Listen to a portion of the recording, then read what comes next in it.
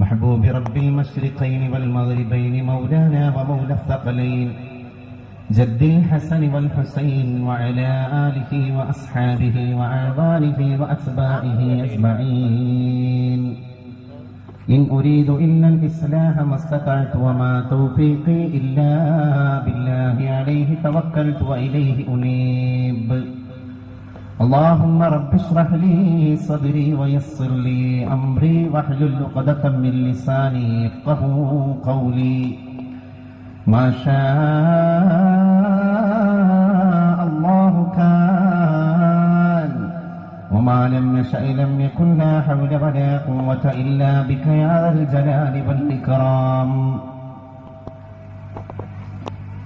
न कलीम की तसव्वुर न ख्याल तूर सीना मेरी आरज़ू मुहम्मद मेरी दुस्तजू मदीना. मगगा हो मुस्तफा हो मेरी अज़मतों ने पूछो तुझे देख कर जहन्नम को भी आँख या पसीना. मेरी जिंदगी को चाहो मुझे ले चलो मदीना. मेरी जिंदगी को चाहो मुझे ले चलो मदीना. मुझे मौत भी जो आए तो हज़ामने मदीना. मुझे मौत भी जो आए तो हज़ामने मदीना. 14 നൂറ്റാണ്ടുകൾക്കപ്പുറം പാരിൽ ഞാൻ പാപി പിറന്നു വീണു. പുണ്യാറസൂലിന്റെ പദപങ്കജം പതിയാത്ത മണ്ണിൽ പിറന്നു വീണു. മുത്തേ റസൂൽ വീട്ടുമുറ്റത്തോരോ മുന്തിരി വള്ളിപ്പാടർപ്പാണെങ്കിൽ മുത്തേ റസൂൽ വീട്ടുമുറ്റത്തോരോ മുന്തിരി വള്ളിപ്പാടർപ്പാണെങ്കിൽ നിത്യവും ആദേഹം മുത്തും തന്നൽ എന്നെയും തഴുകി തണുപ്പിച്ചേനേ. ഒട്ടേറെ ദൂരം നടക്കാനൊക്കും ഒട്ടകമായി പിറന്നോവെങ്കിൽ ഒട്ടേറെ ദൂരം നടക്കാനൊക്കും ഒട്ടകമായി പിറന്നോവെങ്കിൽ താമര തോൽക്കുന്ന പാഹതന്റെ തളിർമേനി തോളിൽ വഹിച്ചേനെ ഞാൻ. ഭാരം ചുമന്ന് തളർന്നേനെ ഞാൻ. ബദറിൽ ശരങ്ങൾ തടുത്തേനെ ഞാൻ. اللهم لولا أنت ما اهتدينا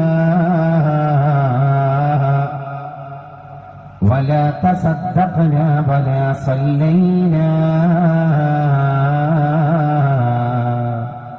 فأنزلا سكينة علينا وثبت الأقدام إلا قينا. نحن الأولى جاءوك مسلمين صلوا عليه وسلموا تسليما. واعلموا يا أمة سيدنا محمد صلى الله عليه وآله وأصحابه وسلم.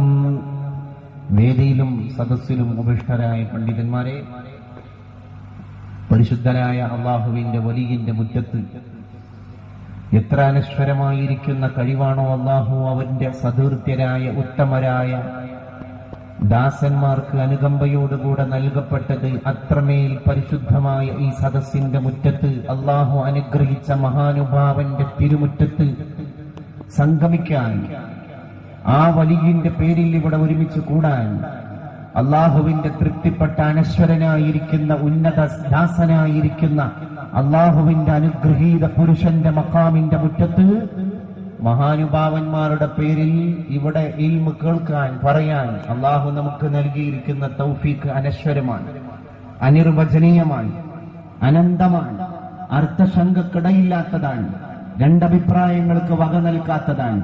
ഇത് അലങ്കാരത്തിന്റെ, ആലങ്കാരികതയുടെ, പകിട്ടിന്റെ, പാരമ്യതയുടെ, പറുദീസയുടെ, സമയക്കാരത്തിന്റെ, ഭൂഷണ പരവശത നൽകുന്ന സദസ്സല്ല. ഇത് ഹൃദയരാഗത്തിന്റെ താളബോധം കൊണ്ട് ആത്മാവിനോട് സംവദിക്കുന്ന സദസ്സാണ്. ഇത് മനുഷ്യന്റെ മനസ്സിനോട് മന്ത്രിക്കുന്ന സന്ദർഭമാണ്. ഇത് ജീവിതത്തിന്റെ അനശ്വരമായ മുഹൂർത്തത്തിന്റെ അടങ്ങാത്ത അധ്യായത്തിന്റെ തിളക്കമാർന്ന തേജോപുഞ്ചങ്ങളെ മനസ്സിലേക്ക് അടർത്തിയെടുക്കേണ്ട അസുലഭ സുന്ദരമായ മുഹൂർത്തമാണ്. അള്ളാഹു നൽകിയ അവന്റെ അടിമകളിലൂടെ അള്ളാഹു ഒരുപാട് അത്ഭുതങ്ങളെ മണ്ണിലേക്ക് സമ്മാനമായി നൽകിയിരിക്കുകയാണ്. എന്തിനാണ് അത്ഭുതം? എന്തിനാണ് അനശ്വരമായ ദാസന്മാര് കടന്നു വന്നത്? ഖുലൂബുൽ ആരിഫീന ലഹാ ഉയൂനു തറാ മാ ലാ യറാഹു നാദിറൂന. അള്ളാഹുവിന്റെ അനശ്വരരായിരിക്കുന്ന അടിമകൾ, അള്ളാഹുവിന്റെ ഔലിയാക്കന്മാർ, അള്ളാഹുവിന്റെ ആരിഫീകളായിരിക്കുന്ന പണ്ഡിതന്മാര്, അവർക്ക് കണ്ണുണ്ട്. പക്ഷെ അവരുടെ കണ്ണ് മുഖത്തുള്ള കണ്ണല്ല യഥാർത്ഥ കണ്ണ്. അവരെ ഖൽബിന്റെ ഉള്ളിൽ ഒരു കണ്ണുണ്ട്. എന്താണ് ആ കണ്ണിന്റെ പ്രത്യേകത? തറാ, ആ കണ്ണ് കാണുകയാണ്. മാ ലാ യറാഹു നാദിറൂന.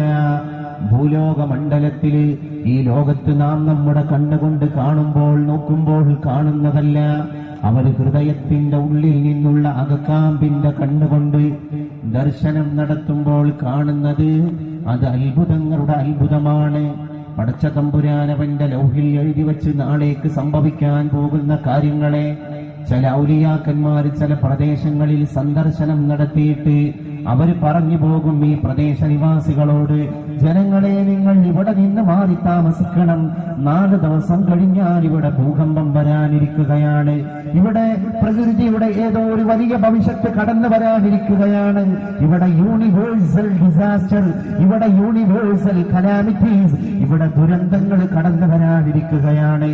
ആ ദുരന്തങ്ങൾക്ക് ബലിയാടാവാതിരിക്കാൻ നിങ്ങൾക്ക് ഒരേ ഒരു പോംവഴി, നിങ്ങൾക്ക് ഒരേ ഒരു രക്ഷാമാർഗം, അത് നാട് വിട്ട് കടന്നു പോകലാണ് എന്ന് ആ സംഭവിക്കാനിരിക്കുന്ന നാട്ടിന്റെ മുറ്റത്ത് വന്ന് അള്ളാഹുവിന്റെ ആരിഫീകളായ ഔലിയാക്കന്മാര് പറഞ്ഞ് ആ നാട്ടുകാരെ, അവിടെയുള്ള മിണ്ടാപ്രാണികളെ, അവിടെയുള്ള മൃഗാദികളെ രക്ഷപ്പെടുത്തിയത് മലപ്പുറത്തിന്റെ ചരിത്രമാണ്. ആ ചരിത്രത്തെ വിസ്മൃതിയിലേക്ക് പറഞ്ഞേക്കാനല്ല ഈ സദസ്സ്.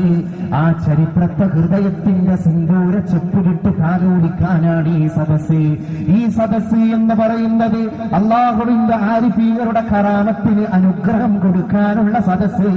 ഈ സദസ്സ് എന്ന് പറയുന്നത് മൺമറഞ്ഞു പോയിരിക്കുന്ന ആരിഫീങ്ങൾക്ക് തിലകക്കുറി ചാർത്താനുള്ള സദസ്സ്, അവർക്ക് സിന്ദൂരത്തിന്റെ ഏറ്റവും വലിയ അധ്യായം കുറിക്കാനുള്ള സദസ്സ്, പുത്തൻവാദങ്ങളെ തിരസ്കരിക്കാനുള്ള സദസ്സ്, ആധുനിക ആഡംബരത്തിന്റെ പറുദീസയിലൂടെ കടന്നു പോകുന്ന പുത്തൻവാദ പ്രസ്ഥാനങ്ങളെ നിങ്ങളുടെ അരമനയിലെ പറുദീസയിലെ പകിട്ടുകൊണ്ടല്ല ആരിഫീങ്ങൾ ഇവിടെ കറാമത്ത് കാണിക്കുന്നത് എന്ന് ഉച്ചസ്ഥരം ഉദ്ഘോഷിക്കുവാനുള്ള സദസ്സ്. ഇത് ഹൃദയത്തിന്റെ അടിത്തട്ടിലേക്ക് മേൽവിലാസത്തിന്റെ മട്ടുപാവിന്റെ തിലകം ചാർത്താനുള്ള സദസ്സ്. ഇത് റബീഇന്റെ പൊന്നം വിളിക്കീറ് ആദ്യമായി മണ്ണിലേക്ക് പ്രഭ തൂകി പുഞ്ചിരിക്കുന്ന സദസ്സ്. നാളെയുടെ സുപ്രഭാതം റബീഉൽ അവ്വലിന്റെ 1ാമത്തെ പ്രഭാതമാണ് എന്ന് കോഴിക്കോട്ടെ ഖാലി ഇന്ന് വാർത്താ മാധ്യമങ്ങളോട് പ്രഖ്യാപനം നടത്തിയ സദസ്സ്.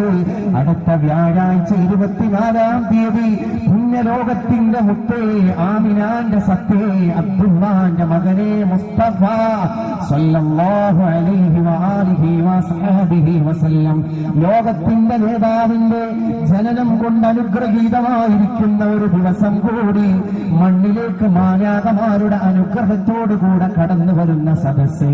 സ്വർഗത്തിൽ നിന്നും ഹൃദയത്തിലേക്കൊരു സ്വർണമോഹി പാലം പണിത പ്രവാചക, ജീവന്റെ ഭിന്നമാം നാദവൈചിത്രങ്ങൾ ഏകമാം സത്തയിൽ ബന്ധിച്ച ധാർമ്മിക, തമ്മിലിടഞ്ഞും അഹങ്കരിച്ചും കരൾ കൊത്തിപ്പറിച്ചും ചവച്ചും പുളച്ചാർത്ത ഗോത്രക്കുറുമ്പിലെ കാട്ടുക്രൗര്യങ്ങളെ ശാന്തി സങ്കീർത്തനമാക്കിയ നായക തിരത്തക്കറ പറ്റിയ ദംഷ്ട്രൈ മന്നന്തര സ്മൃതി കോർത്ത ബിംബങ്ങളെ സത്യവിശ്വാസ പ്രകാശതാവള്യത്താൽ നിത്യപ്രവാഹാൽ തകർത്ത പ്രബോധക അങ്ങയെ ചൂഴും 1000 ഓർമ്മകൾ ആത്മഹർഷം വിതച്ചെത്തുമീ വേളയിൽ ബന്ധൂര ചിന്തകൾ ജീവന്റെ ജീവനിൽ കുന്തിരിക്കം പുകച്ചെത്തുമീ മാത്രയിൽ മദീനയിൽ നിന്നൊരു മന്ദമാരുതൻ നമ്മുടെ തലയോടും പോലെ ഫീൽ ചെയ്യുകയാണ്. എന്താണെന്നറിയില്ല. അള്ളാഹുവിന്റെ വലിയന്റെ മുറ്റത്തിരിക്കുമ്പോൾ ഈ അലങ്കാരത്തിന്റെ തോരണത്തിന്റെ ചമൽക്കാരങ്ങൾ നൽകിക്കൊണ്ടിരിക്കുന്ന ഈ മിന്നിത്തിളങ്ങുന്ന ബൾബുകളുടെ പ്രകാശം മദീനയുടെ രാജകുമാരന്റെ റൗളാ ശരീഫിന്റെ ഈമാനിൽ നിന്ന് കടം കൊണ്ടതാണോ എന്ന് തോന്നിപ്പോകുന്ന സദസ്സ്.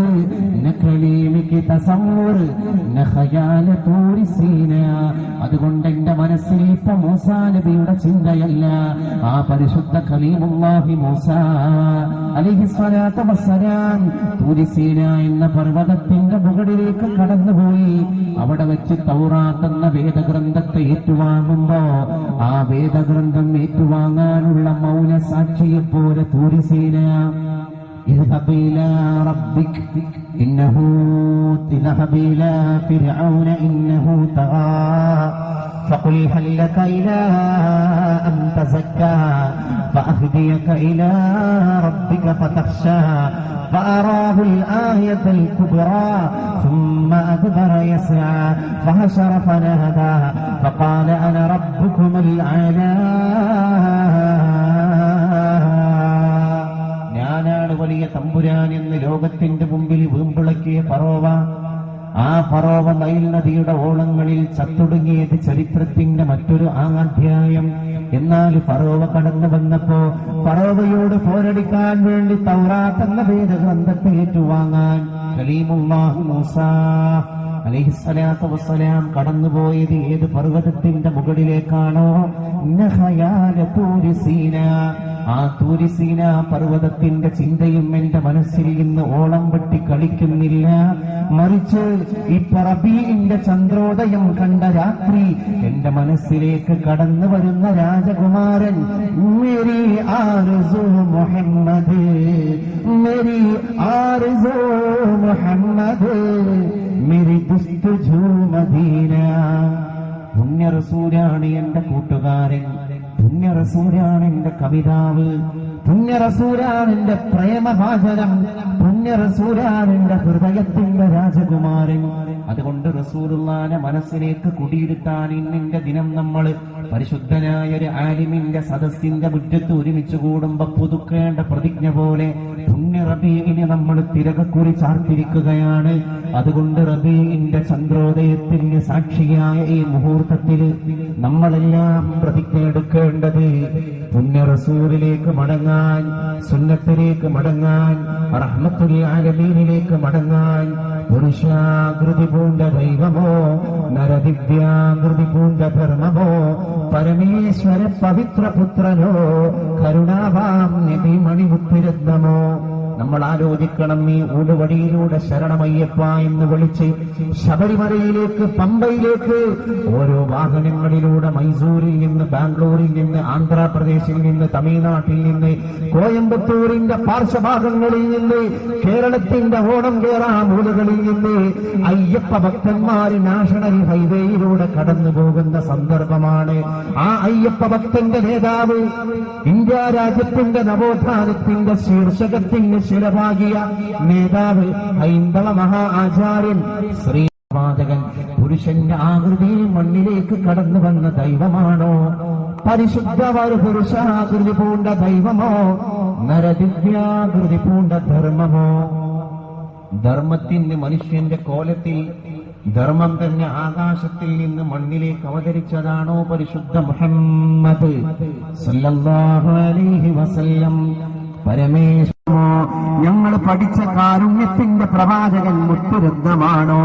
ലൗലാക ലൗലാക ലമാ ഖലഖതുൽ അഖ്ലാഖ് തൂ സാഹിബേ ലൗലാഖ് ഹേ. പുണ്യനബിയേ, അങ്ങ് ലൗലാഖിന്റെ ഉടമയാണ് റസൂലേ. തൂ സാഹിബേ മിഅ്റാജ് ഹേ. പുണ്യ റസൂലേ, അങ്ങ് മിഅ്റാജിന്റെ ഉടമയാണ് റസൂലേ. ലൗലാക ലൗലാക ലമാ ഖലഖതുൽ അഖ്ലാഖ്.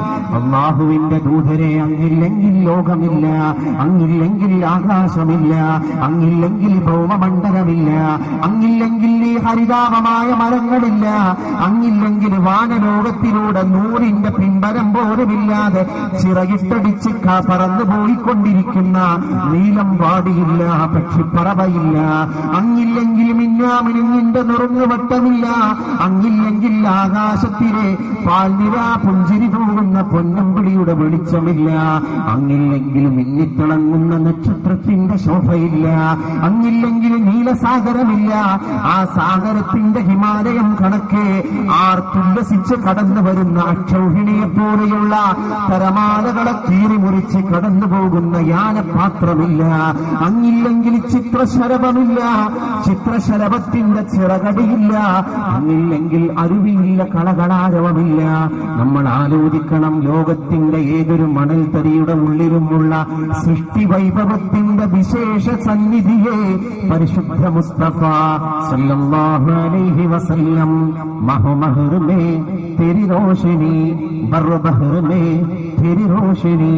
എവിടെയും അവിടുത്തെ പ്രഭയാൻ, എവിടെയും അവിടുത്തെ പ്രഭയാൻ.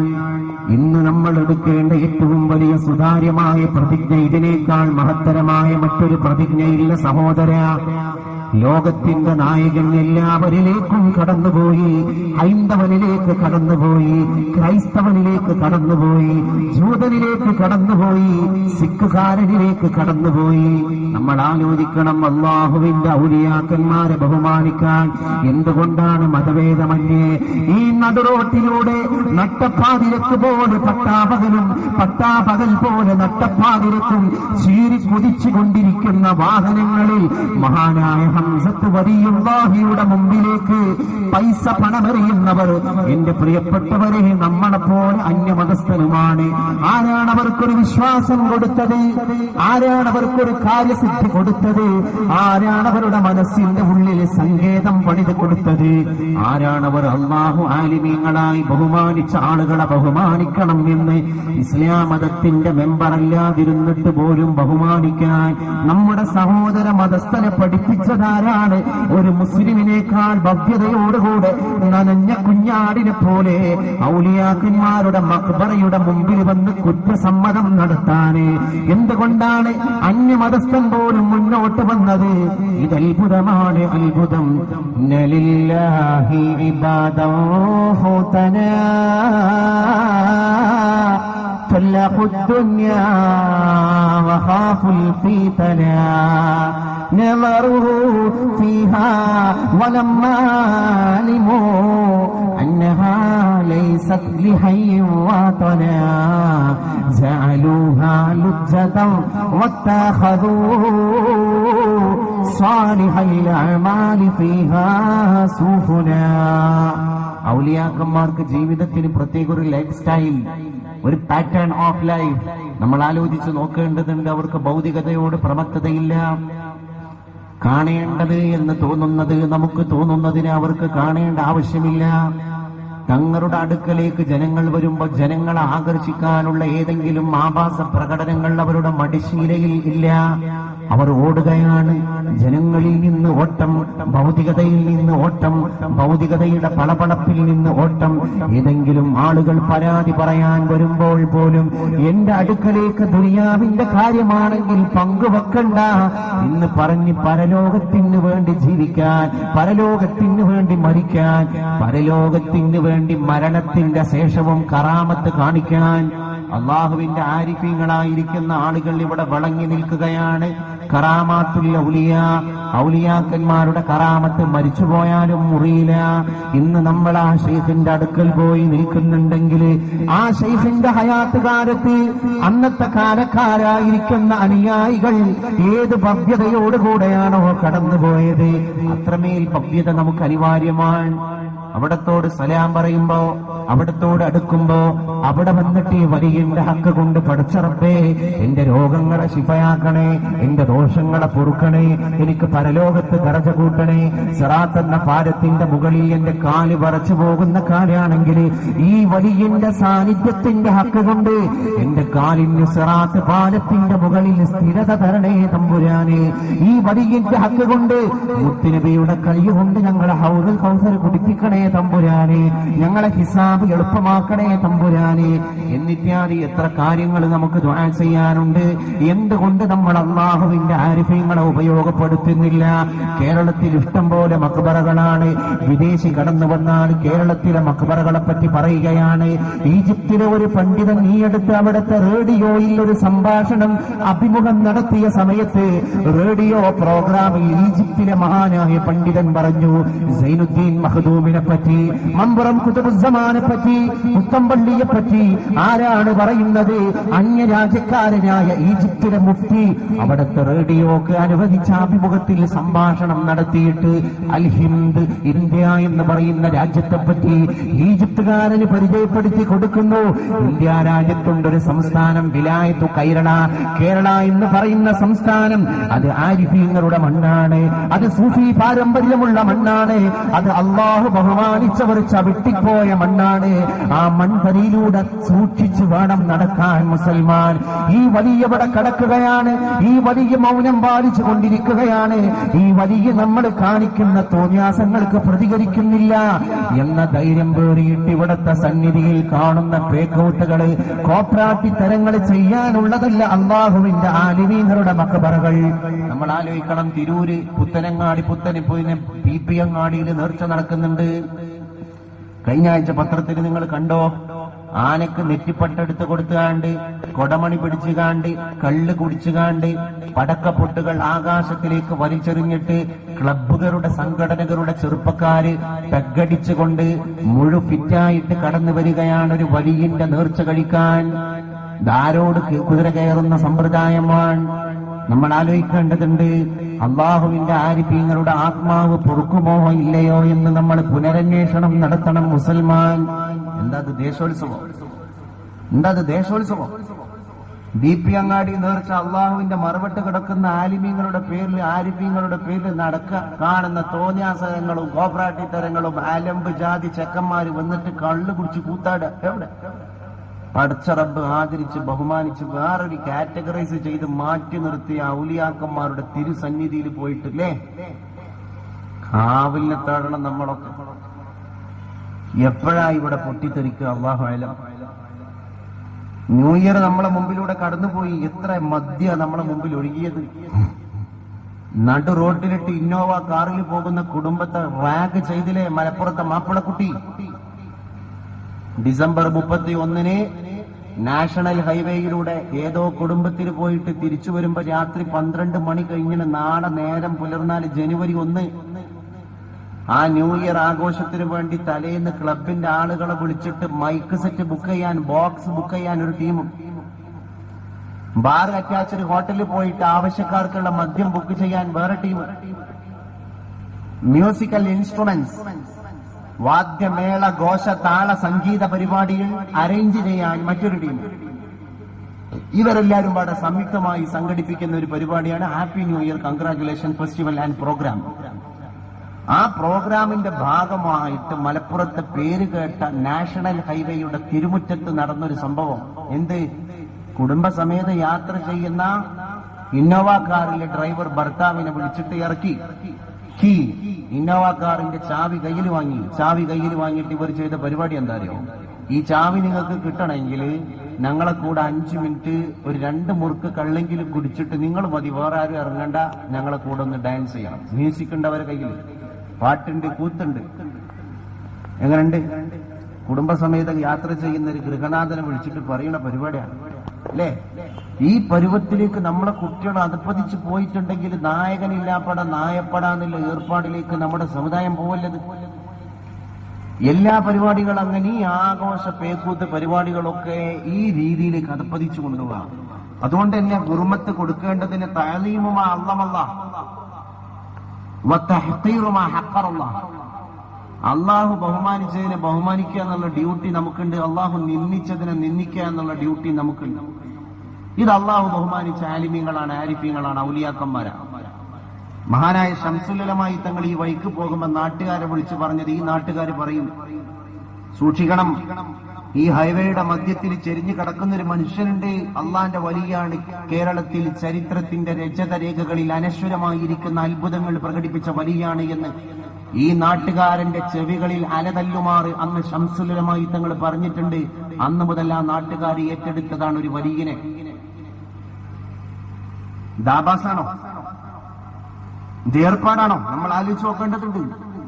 കൊണ്ടോട്ടി നേർച്ച, ആ കുബ്ബാന്റെ അടിയിൽ എത്ര വർഷങ്ങൾക്ക് മുമ്പ് ഹിജ്റ കാലയളവിൽ കടന്നു വന്ന സഹാബത്തടക്കമുണ്ട്. ആ സഹാബത്തടക്കമുള്ള ആളുകൾ നടക്കുന്ന പരിപാടിക്കാണ് കൊണ്ടോട്ടി നേർച്ച. നേർച്ച എന്ന വാക്ക് എവിടുന്ന് കടെടുത്താ നമ്മള്? ഔലിയാക്കന്മാരുടെ മക്കാമിനോട് ചുറ്റിപ്പറ്റിയിട്ട് മുസ്ലിം സമ്പ്രദായത്തിന്റെ ആരാണ് അന്നത്തെ കാരണവന്മാര്? അവിടുത്തെ ഭരണാധികാരികൾ, അവിടുത്തെ നാട്ടുകാരണവന്മാര്. അവര് കൂടി ഇതിന്റെ ഭാഗമായിട്ട് മൗലിദ് കഴിക്കുന്നുണ്ട്. ഇപ്പൊ നമ്മൾ അന്നദാനം ചെയ്യുന്നുണ്ട്. ഇതിന്റെ ഭാഗമായിട്ട് നമ്മൾ മൊത്തത്തിൽ പറയുന്ന ഒരു കാര്യമാണ് നേർച്ച. മമ്പർ ആണ്ട് നേർച്ച, പുത്തമ്പള്ളി ആണ്ട് നേർച്ച, വെളിയങ്കോട് നേർച്ച എന്നൊക്കെ പറയുന്ന മതി. ഈ നേർച്ച എങ്ങനെ ഫെസ്റ്റിവലായി? എന്നിട്ട് നേർച്ച എന്നുള്ള പേര് മാറിയിട്ടില്ലല്ലോ. കൊണ്ടോട്ടി നേർച്ച നിങ്ങൾ പോയി നോക്കി. കൊണ്ടോട്ടി നേർച്ച ഫിക്സ് ചെയ്യുന്നതിന്റെ ഒരു മാസം മുമ്പ് നാടോടി സംഘങ്ങൾ വന്നിട്ട് ലാൻഡ് വാടകയ്ക്ക് എടുക്കുകയാണ്. അവിടെ എന്താ കാര്യം? ലാൻഡ് വാടകയ്ക്ക് എടുത്തിട്ട് വേണം ഷാട്ടിലി കൊട്ട പിന്നെ സെറ്റപ്പ് ചെയ്യാൻ, റൈഡുകൾ സംവിധാനം ചെയ്യാൻ, ടിക്കറ്റ് എടുക്കുന്ന ഷോ പരിപാടികൾ സംവിധാനം ചെയ്യാൻ. എന്നിട്ട് ആണും പെണ്ണും മിങ്കിളായിട്ട് ഏതെങ്കിലും വെസ്റ്റേൺ രാജ്യങ്ങളിലേക്ക് പോയ മാതിരി മലപ്പുറത്തെ പർദ്ദട്ട ഉമ്മാര്, അജ്ജുമാര്, മക്കളെയും പേരക്കുട്ടികളൊക്കെ ആയിട്ട് ആ പർദ്ദയും മഫ്തൊക്കെ ഇട്ട് വന്നാണ്ട് ചാട്ടിലി കൊട്ടയിൽ ഇങ്ങനെ ആടാം പാടാം. ഈ കോലത്തിൽ അള്ളാന്റെ ഔലിയാക്കന്മാരുടെ മക്ബറിന്റെ അപ്പുറത്ത് നടക്കുന്ന നേർച്ചന്റെ ഭാഗമായിട്ട് നമ്മളെ കൗമിനുള്ള കാര്യമായിട്ടുള്ള പരിപാടിയാണ്. എന്നാ ഹദറത്തിലേക്ക് ഒരു ഫാത്തിഹ കൊടുക്കുക, അതിനില്ല, ഐ ആം ബിസി. നമ്മൾ ആലോചിച്ചു, ഈ വലിയ വിരോധാഭാസമാണ് നമ്മുടെ സമുദായത്തെ ഈ പരുവത്തിലേക്ക് എത്തിച്ചത്. നിങ്ങൾ പറയും, മലപ്പുറത്തില്ലാത്ത രോഗങ്ങളുണ്ടോ? മലപ്പുറത്തില്ലാത്ത പ്രശ്നങ്ങളുണ്ടോ? ഏറ്റവും കൂടുതൽ കേരളത്തിലെ സ്ത്രീ പീഡനം നടക്കുന്ന ഒരു ജില്ലയായിട്ട് നമ്മുടെ ജില്ല മാറിക്കൊണ്ടിരിക്കുക. എന്തിനാ ഡൽഹിയിൽ മരിച്ചുപോയ കുട്ടിയെ പറ്റി ചർച്ച ചെയ്യുന്നത്?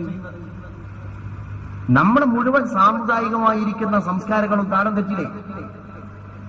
എന്താ ഇതിന്റെ പ്രശ്നം? ഒരു മുസ്ലിം അത് അന്വേഷിക്കുന്നില്ല എന്നതാണ് ഏറ്റവും വലിയ ഭവിഷ്യത്ത്. ഇവിടെ അള്ളാഹുവിന്റെ ഔലിയാക്കന്മാരുടെ അടുക്കലേക്ക് കടം കൊണ്ടൊരു ജീവിതം ഉണ്ടായിരുന്നു. ആ ലൈഫ് സ്റ്റൈലിലേക്ക് നമ്മൾ എന്നാണ് ടേണിംഗ് പോയിന്റ് ഉണ്ടാക്കുന്നത്, അന്നേ നമുക്ക് രക്ഷപ്പെടാൻ സാധിക്കുള്ളൂ. ഇത് തീർച്ചപ്പെടുത്തിയിട്ട് എവറി മുസ്ലിം കമ്മ്യൂണിറ്റി നമ്മുടെ ഒരുപാട് ഇന്നിപ്പോ നമ്മുടെ ഇടയിലുള്ള പ്രശ്നം എന്താ? അങ്ങോട്ട് തിന്നാ ഇങ്ങോട്ട് തിന്നാ, അവിടെ കുറ്റം പറയാ ഇവിടെ കുറ്റം പറയാ. നമ്മുടെ മുഖ്യധാരയിലുള്ള പ്രശ്നങ്ങൾക്ക് പരിഹാരം കാണാൻ ആരാണുള്ളത്? ഇവിടെ പല ചേരികളായിട്ട് തമ്മിൽ തല്ലാനും അള്ളാഹുവിന്റെ ഔലിയാക്കന്മാരുടെ പേരിൽ ആഭാസങ്ങൾ നടത്താനും ഇന്ന് ആളുകൾ മുന്നോട്ട് വന്നുകൊണ്ടിരിക്കുക. ഗ്രാമങ്ങളിൽ നടന്നുകൊണ്ടിരിക്കുക അല്ലേ? അള്ളാഹു കാത്തുരക്ഷിക്കുമാറാകട്ടെ. ഈ ഔലിയാക്കന്മാരൊക്കെ നമ്മൾ കൊണ്ടടക്കുന്ന രീതിയിൽ കൊണ്ടെടുക്കുന്ന വേണം. അങ്ങനെ കൊണ്ട് നടക്കുന്ന ചില ആളുകൾ കൈവിട്ട സമയത്താണ് കൊണ്ടോട്ടി നേർച്ചയും BP അങ്ങാടി നേർച്ചയൊക്കെ ഉണ്ടായത്. ഇത് ഗൗരവമുള്ള വിഷയ. ഇവര് ഹൃദയം കൊണ്ട് നോക്കിയോരാ. അവിടെ നടക്കുന്ന കാര്യങ്ങൾ ഇവിടെ പറഞ്ഞോരാ. ആ വലിയനെ മനസ്സിലാക്കണമെങ്കിൽ വലിയ തന്നെ വേണം, മുള്ളെടുക്കണമെങ്കിൽ മുള്ളു തന്നെ വേണം എന്ന് നമ്മൾ പറയാറുണ്ട്. നിങ്ങളൊന്ന് ആലോചിച്ച് നോക്കി, 300 ഔലിയാക്കന്മാർ ഇന്ന് ലോകത്ത് ഹയാത്തിലുണ്ട്. ഔലിയ എന്ന പദവി, വലിയ എന്ന പദത്തിന്റെ ജമ്മാണല്ലോ ഔലിയ. അള്ളാഹുവിനോട് അടുത്ത ആളുകൾ. വല്ല എന്ന് പറഞ്ഞാൽ ഏറ്റെടുത്തു, അള്ളാഹു ഏറ്റെടുത്ത ആൾക്കാർ, അതൊക്കെ തൗലിയ. വലിയ അള്ളാഹുവിന്റെ അടുത്ത ആള്, ഉത്തമദാസൻ എന്ന പദത്തിൽ നിന്ന് ഔലിയ. അള്ളാഹു ലോകത്തിൽ നിന്ന് ആഫ്രിക്കയിലാണെങ്കിലും ചൈനയിലാണെങ്കിലും റഷ്യയിലാണെങ്കിലും സൗദി അറേബ്യയിലാണെങ്കിലും ഇന്ത്യയിലാണെങ്കിലും ഒക്കെ പാട് ടോട്ടൽ വലിയ എന്ന പദവി ഇന്ന് അലങ്കരിക്കുന്നവർ ഹയാത്ത്. മരിച്ചുപോയാലെ കഥയല്ല ഞാൻ പറയുന്നത്. ഇന്ന് ഹയാത്തിൽ 300 ആളുകളുണ്ട്. 300 ആളുകൾ. അതിന്റെ നേരെ മുകളിൽ അള്ളാഹു അലങ്കരിച്ച വേറൊരു വിഭാഗമാണ് നുജബാ. അവർ ഔലിയാക്കന്മാരെക്കാൾ സ്ഥാനം കൂടി ഒരു കാലത്ത് വലിയ 300-ൽ പെട്ടവരായിരുന്നു. പിന്നെ ദിക്റിലൂടെ, ഫിക്റിലൂടെ, അംഫാസിയായ ദിക്റിലൂടെ അള്ളാഹുവിലേക്ക് അടുത്ത് അവർ നുജബാ എന്ന പദവിയിലേക്ക് കയറി. അത് 70 ആളുകളെ ഉള്ളൂ. ഇന്ന് 300 വലിയന്റെ പുറമെ ദുനിയാവിൽ 70 നുജബാക്കളുണ്ട്. ദുനിയാവിൽ ആരാണെന്ന് കണ്ടെത്താൻ നമുക്ക് സാധ്യമല്ല. ചില ആളുകളെ ചില ആളുകൾ കറാമത്തിലൂടെയും മറ്റൊക്കെ ആയിട്ട് കണ്ടെത്തും. അങ്ങനെ നമ്മൾ അവസാനം കണ്ടെത്തിയ ഒരു മനുഷ്യനായിരുന്നു ഈ അടുത്ത് നമ്മളോട് വിട പറഞ്ഞ തൃപ്പനച്ചി മുഹമ്മദ് മുസ്ലിയാർ നവ്വറല്ലാഹു മർഖദ. അള്ളാഹു അവിടുത്തെ ഫൈള് നമുക്ക് പ്രദാനം ചെയ്യുമാറാകട്ടെ. അവസാനം കേരളക്കാരൻ കണ്ടെത്തിയ വലിയ നമ്മൾ ആലോചിച്ച് നോക്കേണ്ടതുണ്ട്. ഔലിയാ എന്ന 300 നിന്ന് പിന്നെ അള്ളാഹു 70 വെച്ചിട്ടുണ്ട്. ആ 70 നുജബാ ആണ്. നുജബാഇന്റെയും മുകളിൽ 40 ആളുകളുണ്ട് പദവി അലങ്കരിക്കുന്നവർ. അവർ നുജബാക്കളിൽ നിന്ന് തന്നെ ദറജ കൂടി കൂടി കൂടി ദിക്റിലൂടെയും മറ്റും അള്ളാഹുവിലേക്ക് അടുത്ത് ജനങ്ങളുമായിട്ടുള്ള ഒരു താലൂക്കും ഇല്ലാതെ ജീവിച്ച് അങ്ങനെ വരുന്ന ആളുകൾ 40 ആളുകൾ. അവരെ പറ്റി ഔത്താദ് എന്ന് പറയും. ഔത്താദ്, ഔത്താദീങ്ങളാണ്. അവരും ഇന്ന് ലോകത്ത് ജീവിച്ചിരിക്കുന്നുണ്ട്. 40 ആള് ജീവിച്ചിരിക്കുന്നുണ്ട് എന്ന് പറഞ്ഞാൽ, ഫോർ എക്സാമ്പിൾ, മഹാനായ തൃപ്പനച്ചി ഉസ്താദ്, അള്ളാഹു ഏത് ദറജയാണ് മഹാനവറുകൾക്ക് കൊടുത്തത് എന്നറിയില്ല. വലിയാണ് എന്നുള്ളതിൽ നമുക്ക് സംശയമില്ല. വലിയാണ് എന്നുള്ളതിൽ നമുക്ക് സംശയമില്ല. എന്നാൽ വലിയനേക്കാൾ മുകളിലുള്ള ദറജ അള്ളാഹു കൊടുക്കണോ എന്നുള്ളതിൽ നമ്മൾ ചർച്ച ചെയ്യാൻ ആളുമല്ല. അത് പടച്ചോനുമായി ബന്ധപ്പെട്ട കാര്യമാണ്. ആ മഹാനായ മനുഷ്യപ്പോ വഫാത്തായ സമയത്ത് ഏത് പദവിയിലാണോ മഹാനവർകൾ ഉണ്ടായിരുന്നത് ആ പദവിയിൽ നിന്ന് ഒരാളെ എണ്ണം കുറഞ്ഞു. ആ എണ്ണം കുറഞ്ഞിടത്തേക്ക് താഴത്തെ കാറ്റഗറിയിൽ നിന്ന് 300 ആളിൽ നിന്ന് ഏറ്റവും ഉത്തമർ ആരാണ്, അതിൽ ഒരാളെടുക്കും. അയാൾ അങ്ങോട്ട് കയറ്റും. അപ്പൊ 300ൽ 299 ഒരാൾക്ക് പ്രൊമോഷൻ കൊടുത്തതിന്റെ കാരണത്താൽ. അപ്പൊ 300 താഴെ തട്ടിലുള്ള ഔലിയാക്കന്മാരെ 300 എന്ന് പറയുന്നിടത്ത് ഒരാൾ പ്രൊമോഷൻ കിട്ടിയ സാഹചര്യത്തിൽ അവിടെ 299 ആയ സ്ഥിതിക്ക് അള്ളാഹു ചെയ്യുന്ന ഒരു പരിപാടിന്റെ അവാമുന്നാസിൽ നിന്ന്, അഥവാ ഇതുവരെ ഒരു പദവിയും കിട്ടാതെ എന്നാലോ പദവിക്ക് വേണ്ടിയല്ലാതെ തന്നെ അള്ളാഹുവിലേക്ക് അംഫാസിയിലൂടെയും മറ്റും അടുത്ത് പടച്ചറപ്പിനോട് അത്രയും കുർബിലെത്തിയ ആളുകൾ ഉണ്ടാവും പൊതുജനങ്ങളിൽ നിന്ന്. അവരിൽ ഒരാളെ, ഏറ്റവും മുന്തിയ ആളെ, ഈമാനികമായി മികച്ച ആളെടുത്തിട്ട് അള്ളാഹു ഈ 299 പ്ലസ് 1 300 അങ്ങനെ 300ലേക്ക് പോസ്റ്റ് ചെയ്യും. പിന്നെ അവർ കാറ്റഗറി കൂടി കൂടി പോകും. ഇത് ലോകത്ത് റസൂലുള്ളാഹിന്റെ കാലം മുതൽ നടന്നുകൊണ്ടിരിക്കുന്ന ഒരു പ്രോസസ്സാണ്. ഈ പ്രോസസ് എന്ന് പറഞ്ഞാൽ ഈ കണ്ടിന്യൂയിങ് പ്രോസസ്, തുടർന്ന് നടന്നുകൊണ്ടിരിക്കുന്ന പ്രോസസ്സിലൂടെയാണ് നമ്മൾ ജീവിച്ചു പോണത്. സത്യം പറയുകയാണെങ്കിൽ നമ്മളൊക്കെ ഉത്തരം താങ്ങുന്ന പല്ലിയുടെ മനോഭാവമുള്ള ആളുകളായി അധപ്പതിച്ചിട്ടുണ്ടോ എന്ന് സംശയിക്കേണ്ടിയിരിക്കുന്നു. കാരണം അള്ളാഹു പറഞ്ഞു, വബിഹിം യുൻസറൂന വയുർസഖൂൻ, അവരെ കൊണ്ടാണ് നിങ്ങൾക്ക് റിസ്ക് ലഭിക്കുന്നത്, ആ ആളുകളെ കൊണ്ടാണ് നിങ്ങൾക്ക് നസ്ർ ലഭിക്കുന്നത്, സഹായം ലഭിക്കുന്നത്. അവരില്ലെങ്കിൽ നമ്മൾ തന്നെയില്ല. ഈ ലോകത്ത് രാവ് വരുന്നതും പകല് വരുന്നതും പക്ഷി കൂടണയുന്നതും പക്ഷി പുറത്തു വരുന്നതും ചെടി മുളക്കുന്നതും പഴം വിരിയുന്നതും എല്ലാം ഇവർക്ക് വേണ്ടിയാണ്.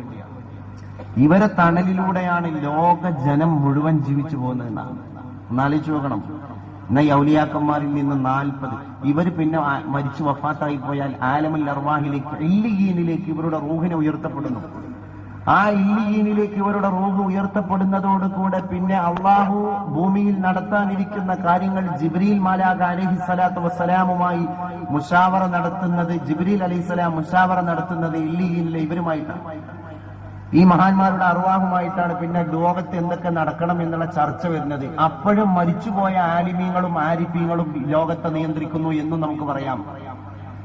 ജീവിച്ചിരിക്കുന്ന ഔലിയാക്കന്മാര് മാത്രമല്ല ലോകത്തെ നിയന്ത്രിക്കുന്നത്. ഈ വഫാത്തായി പോയ വലിയ ഈ നാടിന്റെ ഐശ്വര്യമായിട്ട് ഈ നാടിനെ നിയന്ത്രിക്കുന്നു, ലോകത്തെ നിയന്ത്രിക്കുന്നു എന്ന് നമുക്ക് പറയാം. അള്ളാഹു കഴിവ് കൊടുത്ത ആൾക്കാർ. ഈ 40ന്റെ മുകളിൽ പിന്നെ അള്ളാഹു ഒരു 10 ആളുകളെ വെച്ചിട്ടുണ്ട്. 40ൽ പെടാത്ത അതിനേക്കാൾ ഉന്നതിയിലുള്ള 10 ആളുകൾ, അവരാണ് നുഖബാ എന്ന് പറയപ്പെടുന്നത്. നേരത്തെ നമ്മൾ 70 ആളുകൾ നുജബാ പറഞ്ഞു, അതിന്റെ മുകളിൽ 40 ആളുകൾ ഔത്താദ് പറഞ്ഞു, അതിന്റെയും മുകളിലാണ് 10 ആളുകൾ നുഖബാ എന്ന പദവിയിൽ ലോകത്ത് വലിയന്റെ പദവി അലങ്കരിച്ചു കൊണ്ടിരിക്കുന്നത്. വലിയനേക്കാൾ വലിയ പദവി. ഈ നുഖബായിന്റെയും മുകളിൽ 3 ആളുകൾ. ഇവർ ലോകത്തിന്റെ ഏത് മൂലയിലാണ്, ഏത് രാജ്യത്താണ് എന്ന് നമുക്ക് പറയാൻ പറ്റൂല. അവരാണ് മുഖ്താർ എന്ന് പറഞ്ഞാൽ അള്ളാഹു തെരഞ്ഞെടുത്ത ആൾക്കാരാണ്, സെലക്ട് ചെയ്യപ്പെട്ട 3 ആളുകൾ.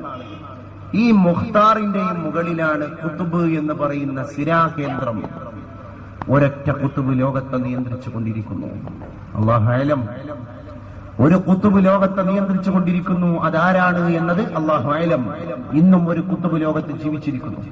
ഈ ഖുതുബിന്റെ നേരത്തായ മുഖ്താർ, മുഖ്താറിന്റെ നേരത്തായ നുഖബാ, നുഖബാഇന്റെ നേരത്തായ ഔതാദ്, ഔതാദിന്റെ നേരത്തായ നുജബാ, നുജബാഇന്റെ നേരത്തായ ഔലിയ 300 ആളുകൾ. നമ്മൾ ആലോചിച്ച് നോക്കേണ്ടതിന്റെ വലിയ കാറ്റഗറി അള്ളാഹു എന്തുകൊണ്ടാണ് ഒരു പദവി അനുസരിച്ച് കൂട്ടണേ? അപ്പൊ അവരെ കറാമത്തിന് തിളക്കുണ്ടാവും.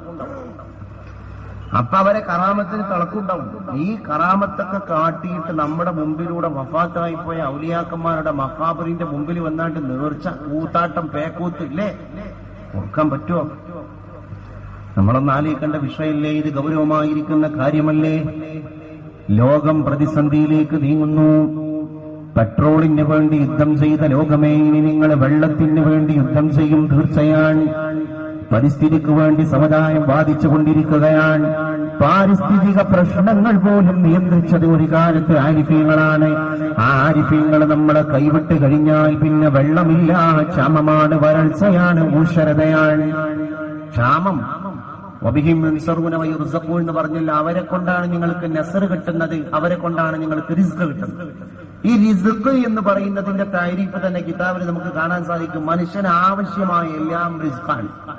ഫോർ എക്സാമ്പിൾ, ഫുഡ് നമ്മുടെ റിസ്ക്കാണ്, പാനീയം നമ്മുടെ റിസ്ക്കാണ്, വെഹിക്കിൾ നമ്മുടെ റിസ്ക്കാണ്, ഹോം റെസിഡൻസ് നമ്മുടെ റിസ്ക്കാണ്, മക്കള്, ഭാര്യ നമ്മുടെ റിസ്ക്കാണ്. ഇങ്ങനെ മനുഷ്യന് ലോകത്ത് ജീവിക്കാൻ എന്തൊക്കെ ആവശ്യമുണ്ടോ അവന്റെ പ്രാണവായു പോലും, നമ്മൾ നടത്തുന്ന ഓക്സിജൻ അടക്കം നമ്മുടെ റിസ്ക്കാണ്. നമ്മൾ തെറ്റിദ്ധരിച്ചു പോയി റിസ്ക് എന്ന് പറഞ്ഞാൽ ഭക്ഷണം മാത്രമാണ്. റിസ്ക് ഭക്ഷണം മാത്രമല്ല, ഭക്ഷണം റിസ്കിന്റെ ഒരു ഭാഗമാണ്. എന്നാൽ ലോകത്ത് നമുക്ക് ആവശ്യമായത്, ആവാസയോഗ്യമായത് മുഴുവൻ റിസ്ക്കാണ്. അപ്പൊ നമ്മൾ ആലോചിക്കണം, ഈ ഔലിയാക്കന്മാരെ കൊണ്ടാണ് നിങ്ങൾക്ക് റിസ്ക് ലഭിക്കുന്നത്. പരിസ്ഥിതിയുടെ പ്രശ്നം പോലും ഔലിയാക്കളെ നിന്ദിച്ചത് കൊണ്ടാണ്. പരിസ്ഥിതിയുടെ പ്രശ്നം പോലും. ഇനി 3-ാം ലോകമായുധം എവിടെ നടക്കാൻ പോകുകയാണെങ്കിൽ അതൊരിക്കു ശുദ്ധവെള്ളത്തിന് വേണ്ടിയായിരിക്കും എന്ന് നമ്മൾ അലങ്കാര പ്രയോഗമായിട്ട് പറയാറുണ്ട്. യാഥാർത്ഥ്യമാകാൻ പോവുകയാണോ എന്ന് ഭയക്കണം. സൗദി അറേബ്യയില് ഒരു കുപ്പി മിനറൽ വാട്ടറിന് വേണമെങ്കിൽ ചിലപ്പോൾ 2 റിയാൽ കൊടുക്കേണ്ടി വരും. ഒരു ബോട്ടിൽ മിനറൽ വാട്ടർ, സംശുദ്ധീകരിക്കപ്പെട്ട, പ്യൂരിഫൈ ചെയ്യപ്പെട്ട, ക്ലാരിഫൈ ചെയ്യപ്പെട്ട, അമ്ലം കലരാത്ത ശുദ്ധമായിരിക്കുന്ന സംശുദ്ധ ജലം പാനം നടത്താൻ കിട്ടണമെങ്കിൽ, മിനറൽ വാട്ടറിന്റെ ഒരു ബോട്ടിൽ കിട്ടണമെങ്കിൽ അറ്റ്ലീസ്റ്റ് 2 റിയാൽ നമ്മൾ കൊടുക്കേണ്ടി വരും. അതേ സ്ഥാനത്ത് അക്കോർഡിംഗ് ടു ദിസ് വാട്ടർ നമ്മൾ ആലോചിക്കണം, ഒരു പെട്രോൾ പമ്പിലേക്ക് വാഹനവുമായിട്ട് കാറുമായിട്ട് കയറിപ്പോയാൽ 90 ഫുല്ലിന് ഹലാലിന് അല്ലെ 90, 1 റിയാല് തേക്കേണ്ട. 1 റിയാലിന് 10 പൈസ വീണ്ടും വേണം. 1 റിയാലിന് 1 ലിറ്റർ പെട്രോൾ എന്ന രീതിയിലേക്ക് പെട്രോൾ അടിക്കാൻ പറ്റും. അപ്പൊ പെട്രോളിനേക്കാൾ ഡബിൾ റേറ്റ് ഇപ്പം വെള്ളത്തിനായി പോയി എന്ന് പറയുമ്പോൾ തോന്നിപ്പോവാ. പണ്ടവര് പറഞ്ഞിട്ട് ആ വാക്കിലേക്ക് ലോകം അടുത്തു പോകാണോ? ഒരു ശുദ്ധ വെള്ളത്തിന് വേണ്ടിയായിരിക്കും മനുഷ്യൻ ഇനി ദാഹിക്കുക, യുദ്ധം ചെയ്യുക എന്നൊക്കെ നമ്മൾ പറയും അല്ലെ? മനുഷ്യൻ ഭൂഗർഭ അറയിൽ നിന്ന് എന്തൊക്കെ പാഴാക്കി പോകുന്നു, എന്തൊക്കെ കാര്യങ്ങൾ നമ്മുടെ പേക്കൂത്തുകളിലൂടെ എന്തൊക്കെ ലോകത്ത് സംഭവിച്ചുകൊണ്ടിരിക്കുന്നു. ഇവിടെ കണിശമായി ഇത്തരം കാര്യങ്ങൾ പ്രതിപാദിക്കാനോ അള്ളാഹുവിന്റെ ആരിഫ്യങ്ങളിലൂടെ തന്നെ ഇത്തരം കാര്യങ്ങളെ നമുക്ക് ചർച്ച ചെയ്യാനോ ഇന്ന് മുസ്ലിം സമുദായം തയ്യാറാവുക എന്നത് ഏറ്റവും അഭിലഷണീയമായ കാര്യമാണ്. മമ്പറത്തെ തങ്ങളിപ്പാപ്പാന്റെ പ്രൈവറ്റ് സെക്രട്ടറി കോന്തുണ്ണി നായർ, മഹാനായ തങ്ങളിപ്പാപ്പാക്ക് അള്ളാഹു കൊടുത്ത കഴിവിനെ ലോകത്തെ വിളിച്ചു പറഞ്ഞ ഒരു നായർ സമുദായത്തിലെ അംഗം. എന്തേ മഹാനായ തങ്ങളിപ്പാപ്പ ഇത് ചെയ്യാൻ കാരണം? അവസാനം തെങ്ങിന്റെ മുകളിൽ ചൂട്ടുകെട്ടാൻ പറഞ്ഞു. ആളുകൾ അത്ഭുതപ്പെടുക, അങ്ങോട്ടും ഇങ്ങോട്ടും കശപിശ കൂടിയിട്ട് അവർക്കിടയിൽ ഭയങ്കര പ്രശ്നം. എന്തിനാണ് കുതുബുസ്സമാൻ തെങ്ങിന്റെ മുകളിൽ ചൂട്ടുകെട്ടാൻ പറഞ്ഞത് എന്ന് ജനങ്ങളുടെ ഇടയിൽ തന്നെ ആശങ്കയുടെ വർത്തമാനത്തിന്റെ കാട്ടുതീ പോലെ പരക്കുകയാണ്. അപ്പോഴാണ് ആ മഹാനായ തങ്ങളുപ്പാപ്പ പറയുന്നത്, അങ്ങകലെ അറേബ്യൻ സാഗരത്തിൽ, കടലിൽ, തിരമാലകൾക്കിടയിൽ നമ്മുടെ മത്സ്യത്തൊഴിലാളികൾ പെട്ടിട്ടുണ്ട്. തീരമേതെന്നറിയില്ല, കടലേതെന്നറിയില്ല, ആകാശത്ത് നക്ഷത്രങ്ങളില്ല, ആകാശത്ത് നിലാവമ്പടിയുടെ പ്രഭയില്ല. അവരെങ്ങനെ നാട്ടിലേക്ക് തിരിച്ചു വരാൻ? കിലോമീറ്ററുകൾക്കപ്പുറം കടലിന്റെ മധ്യഭാഗത്ത് കുടുങ്ങിക്കിടക്കുന്ന മത്സ്യത്തൊഴിലാളിയുടെ മനസ്സറിയാൻ വീട്ടിന്റെ കൂരയുടെ ഉള്ളിന്റെ മൂലയിൽ ഇരുന്നിട്ട് എങ്ങനെ കുതുബുസ്സമാന് സാധ്യമായി? കടപ്പുറത്ത് പോയി തെങ്ങിന്റെ മുകളിൽ ചൂട്ടുകെട്ടണം എന്ന് പറയുമ്പോ അവിടെ ചൂട്ടുകെട്ടുകയാണ്. അവര് കാണുന്നു മത്സ്യത്തൊഴിലാളികൾ, അതാ ഒരു വെളിച്ചം ലൈറ്റ് ഹൗസ് പോലെ പ്രവർത്തിക്കുന്നു. അത് തീരമാണ്, അത് കരയാണ്, അത് നാടാണ്, അത് നമ്മുടെ ജന്മദേശമാണ്. അവർ തുടങ്ങി തീരമണയുന്നു.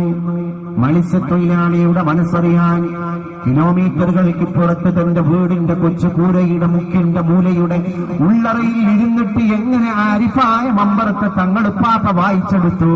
അതാണ് ഞാൻ പറഞ്ഞത്,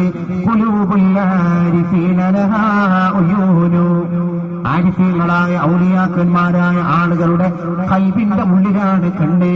ആ കണ്ണ് കൊണ്ടവർ കാണേണ്ടതിനെ കാണുകയാണ്. എന്നാൽ ഈമാന് പ്രകാശിക്കുന്തോറും കൽബിന്റെ ഉൾക്കാഴ്ച കൂടും. ബസാറത്ത് എന്ന് നമ്മൾ പറയാം. What you mean by Basara?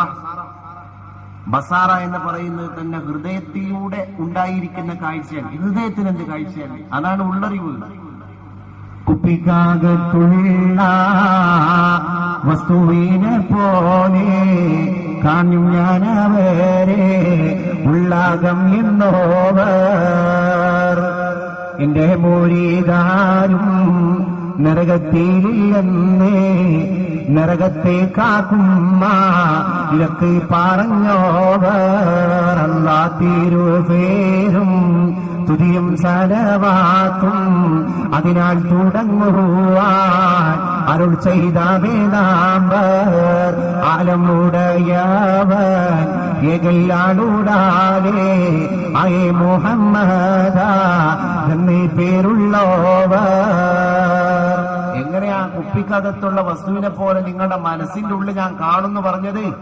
ഈമാന് കൂടിയാൽ കൽബിന്റെ പ്രകാശം കൂടും, ഈമാന് കുറഞ്ഞാലോ കൽബിന് മൂടി വീഴും. ഈ രണ്ട് ആംഗിൾ ഓഫ് ബിലീവ്, വിശ്വാസത്തിന്റെ ഈ രണ്ട് മേഖലകളെ ഒരു മുഅ്മിനായ മനുഷ്യൻ ശരിക്കും പരിചയപ്പെടേണ്ടിയിരിക്കും. ആലിമീങ്ങളുടെ വെളിച്ചത്തിൽ കൽബിന് ഈമാനികമായിരിക്കുന്ന പ്രകാശം മങ്ങിക്കഴിഞ്ഞാല് ശരിക്കും സത്യം പറയുകയാണെങ്കിൽ കൽബിൽ ഒരു മൂടി വീഴും. ആ കൽബിന് പിന്നെ ഈമാൻ മങ്ങി പോയാൽ പിന്നെ നമ്മൾ ആഖിറത്തിനെ പറ്റി പറയുകയാണെങ്കിൽ അത്ര സീരിയസ് ആയിട്ടൊന്നും എടുക്കാൻ കഴിയൂല. No problem. വളരെ കൂളായിട്ട് മധ്യ ബാറിന്റെ മുമ്പിൽ പോയിട്ട് ക്യൂ നിൽക്കുന്ന ആളെ പോയിട്ട് പിന്തിരിപ്പിക്കാൻ നോക്കണ്ട നിങ്ങൾ. അവർ കൂളായിട്ട് പറയും, എന്റെ പണി നോക്കിക്കോ, എന്റെ കുയ്യിക്ക് ഞാൻ വരൂലല്ലോ എന്ന് ചോദിക്കുമ്പോൾ അവന്റെ കൽബിന്റെ ഉള്ളിൽ ഒരു മൂടി വീണിരിക്കുന്നു. പരലോകം പറയാനോ പരലോകം കേൾക്കാനോ പരലോകത്തെ ഉള്ളിലേക്ക് കൊണ്ടുപോകാനോ ഈ മൂടി തടസ്സ.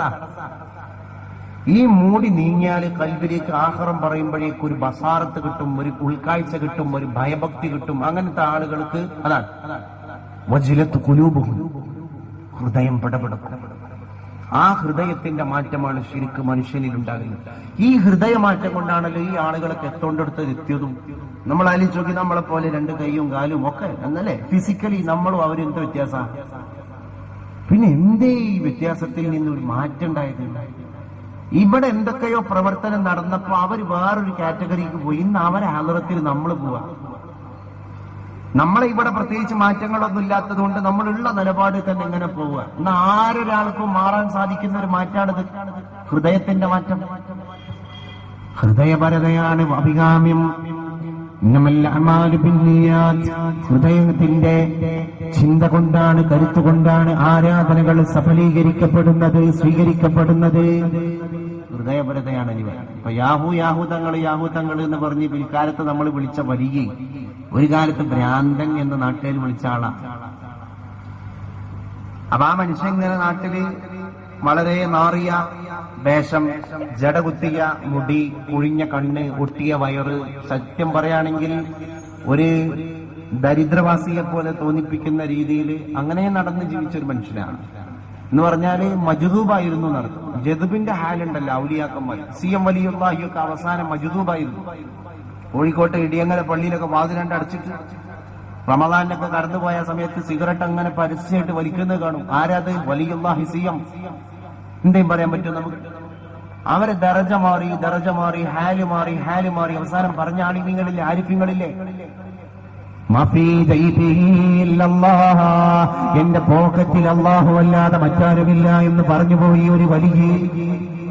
അത് പറഞ്ഞ് ലാസ്റ്റ് ആ മനുഷ്യൻ തന്നെ അള്ളാഹുവിലേക്ക് അടുത്ത് ലാസ്റ്റ് പറഞ്ഞു അനല്ലാ, ഞാനാ പഠിച്ചോൻ.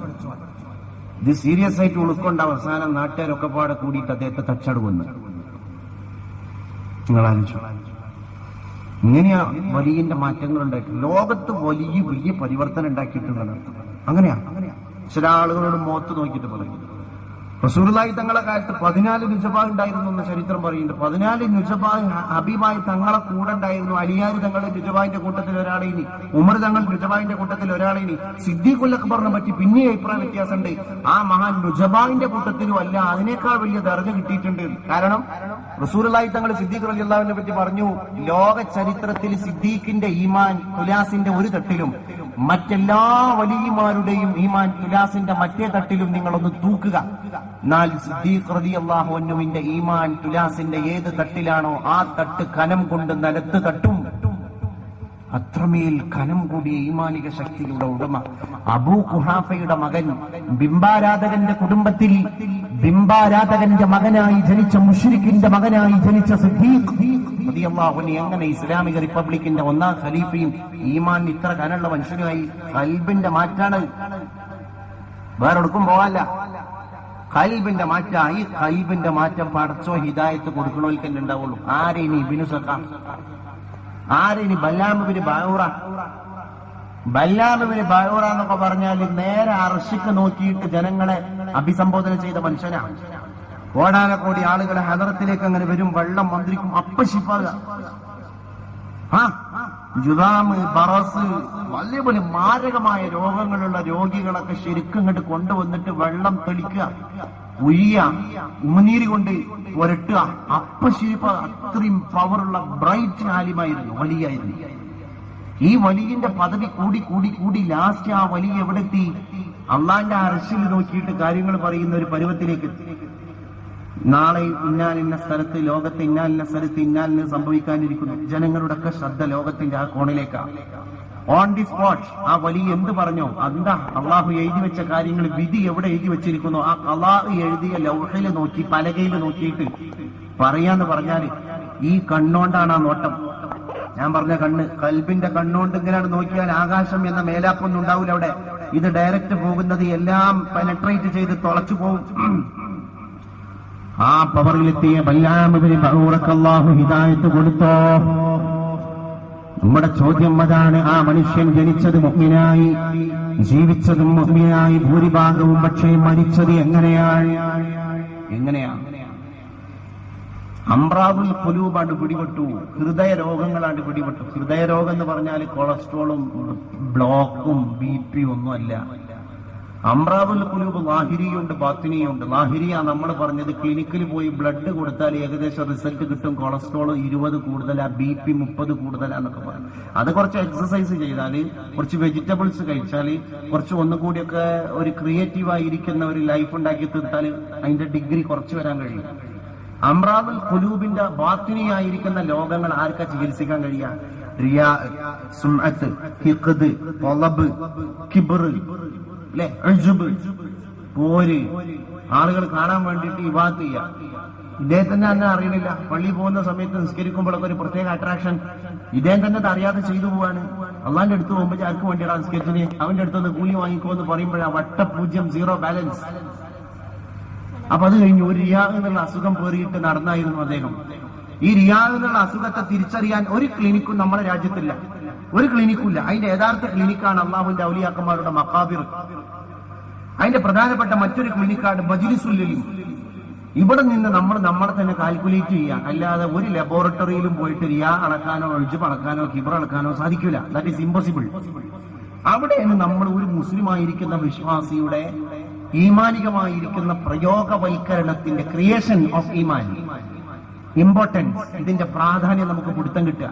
ശരിക്കും നിങ്ങളൊന്ന് ആലോചിച്ച് നോക്കി. ഇപ്പൊ ഈ സൂഫി ടച്ചുള്ള ആളുകൾ ആഫ്രിക്കയിലൊക്കെ ഭയങ്കര സൂഫികളാണ്. നമ്മൾ വിചാരിക്കുന്ന മാതിരിയൊന്നുമല്ല. നമ്മൾ വിചാരിക്കുക ആഫ്രിക്ക എന്ന് പറഞ്ഞാൽ ഇതെന്താണ് ആൾക്കാർ ഒരു വേൾഡ് കപ്പ് ഉണ്ടായിരുന്ന സ്ഥലം, അല്ലെങ്കിൽ ഒരു ഓസ്കാർ ഉണ്ടായിരുന്ന സ്ഥലം എന്നൊക്കെ പറഞ്ഞാണ്ട് നമ്മൾ ബസ്. ആഫ്രിക്കയിലൊക്കെ ശരിക്കും ബുർദയെ മുടിനാരികൾ കീറിയിട്ട് ചർച്ച ചെയ്യുന്ന മതപണ്ഡിതന്മാരുണ്ട്. ശരിക്കും മൗലൂദ് കഴിക്കുന്ന ആൾക്കാർ, നല്ല കുതുബിയത്ത്. മലേഷ്യയിൽ നിങ്ങൾ നോക്ക്, സിംഗപ്പൂരിൽ നിങ്ങൾ നോക്ക്, ഈജിപ്തിൽ നിങ്ങൾ നോക്ക്, ഇംഗ്ലണ്ടിലെ ചില ഭാഗങ്ങളിൽ, ന്യൂസിലാൻഡിൽ എന്റെ സുഹൃത്തുണ്ട്, ഒരു വിനീതനായ സുഹൃത്തുണ്ട്, ഹുദവി, മുസ്തഫ ഹുദവി, ന്യൂസിലാൻഡിലെ പള്ളിയിലെ ഖതീബ. അദ്ദേഹം കഴിഞ്ഞ ആഴ്ച വരെ ഫോൺ വിളിച്ചു പറഞ്ഞു, നല്ല ബൃഹത്തായ മൗലൂദ്, ഇനി ഞങ്ങളൊക്കെ റബീഉൽ അവ്വലിന്റെ അടിപൊളി പരിപാടികൾ ആവിഷ്കരിച്ചുകൊണ്ടിരിക്കുകയാണ്, ഇവിടെ എല്ലാ പരിപാടികളുണ്ട്, കുട്ടികളടക്കം വളരെ റെഡിയാണ്, അവിടുത്തെ മദ്രസ സംസ്കാരത്തിലൂടെ പറയാം. നമ്മൾ ആലോചിച്ച് നോക്കേണ്ടതുണ്ട്, വെസ്റ്റേൺ കൺട്രീസിൽ പോലും ഇപ്പൊ സമി യൂസഫ് ഇന്ത്യയിൽ വരാനിരിക്കുക, പോയി സമി യൂസഫ് ഭയങ്കര പാട്ടുകാരനാണ്. അദ്ദേഹത്തിന്റെ ഒക്കെ സൗണ്ടും പാട്ടും സോങ്ങും ഒക്കെ ഭയങ്കര ലോകത്ത് ആരാധകരെ പിടിച്ചുപറ്റി. സമി യൂസുഫിന്റെ കൂടുതൽ പാട്ടുകളും ഏതാ? പുണ്യ റസൂലിന്റെ മദ്ഹ, പുണ്യ റസൂലിന്റെ സ്വലാത്ത. ഒരു കാലത്ത് റസൂലുള്ളാഹിന്റെ സ്വലാത്തും മദ്ഹും ശിർക്കാണ് എന്ന് പറയപ്പെട്ട രാജ്യത്തിന്റെ മുമ്പിൽ ഈ ആഗോള ഗായകൻ പാടി പാടി പതിപ്പിച്ചിട്ടു സുന്നിസം പഠിപ്പിച്ചു കൊടുക്കുക. ഇപ്പൊ ലോകത്ത് ഇതിന്റെ ട്രെൻഡ് കൂടിക്കൊണ്ടിരിക്കുകയാണ് നടക്കുന്നത്. ശരിയാണ്, സത്യം പറയുകയാണെങ്കിൽ ഇതിന്റെ ട്രെൻഡ് കൂടിക്കൊണ്ടിരിക്കുക. മരിച്ചവരെ ഖബറുകളിൽ ദുആ ചെയ്യാൻ പറ്റൂല എന്ന് പറയുമ്പോ സ്വന്തം രക്തബന്ധത്തിൽ നിന്ന് ഒന്നാണ്ട് പോകുമ്പോ ഖബറുകളിൽ ദ്വാരക്കും സിയാറത്ത് ചെയ്യും. നമ്മൾ ആലോചിച്ച് നോക്കേണ്ടതിന്റെ അടിസ്ഥാനപരമായിട്ട് നമ്മൾ എവിടെയായിരുന്നോ അവിടേക്ക് തന്നെ തിരിച്ചു പോകണം. അതിന്റെ കുറവാണ് ഇന്നത്തെ രോഗങ്ങളുടെയൊക്കെ പ്രധാന പ്രശ്നം, ഈ അംറാദുൽ ഖുലൂബിന്റെ ഒക്കെ പ്രശ്നം. ഈ പറയപ്പെട്ട ബല്ലാം ഇബ്നു ബഹൂറ എന്ന് പറഞ്ഞ പണ്ഡിതൻ അർശ് നോക്കി പറഞ്ഞവരായിരുന്നെങ്കിലും ഈ കിബ്ർ എന്ന് പറയുന്ന, സുമഅത്ത് എന്ന് പറയുന്ന, ഹിഖ്ദ് എന്ന് പറയുന്ന രോഗം അദ്ദേഹത്തെ പിടികൂടി. അദ്ദേഹത്തിന്റെ ഹിദായത്തിനെ അല്ലാഹു എടുത്തു കളഞ്ഞുപോയി. അവസാനം ആ മനുഷ്യൻ മരിച്ചതിനെ പറ്റി ഖുർആൻ പറയുന്നത് എങ്ങനെയാണ്? കഅന്നമാ യൽഹഫുൽ കൽബു ഫിത്തുറാബ്. കൽബ്, അടച്ചോനെ മആദനല്ലാഹ്, നായ എന്നൊരു പദപ്രയോഗം പച്ചയായി ഒരാളെ പറ്റി അള്ളാഹു മരണസമയത്ത് പറഞ്ഞിട്ടുണ്ടെങ്കിൽ അത് ഈ പറഞ്ഞ ആളെ പറ്റി. മണ്ണ് കപ്പി, നായ മണ്ണ് കപ്പം പോലെ മണ്ണ് കപ്പിയിട്ടാണ് അവൻ ചത്തുപോയത് എന്ന് പറയുന്നിടത്തേക്ക് വിശുദ്ധ ഖുർആനിന്റെ വചനം ആ മനുഷ്യനെ പറ്റി എത്തിയിട്ടുണ്ടെങ്കിൽ ഹിദായത്തിന്റെ മാനദണ്ഡം മുസ്ലിം കുടുംബത്തിൽ ജനിക്കലും മുഅ്മിനായി ജീവിക്കലും അല്ല, ആഖിബത്ത് നന്നാവല.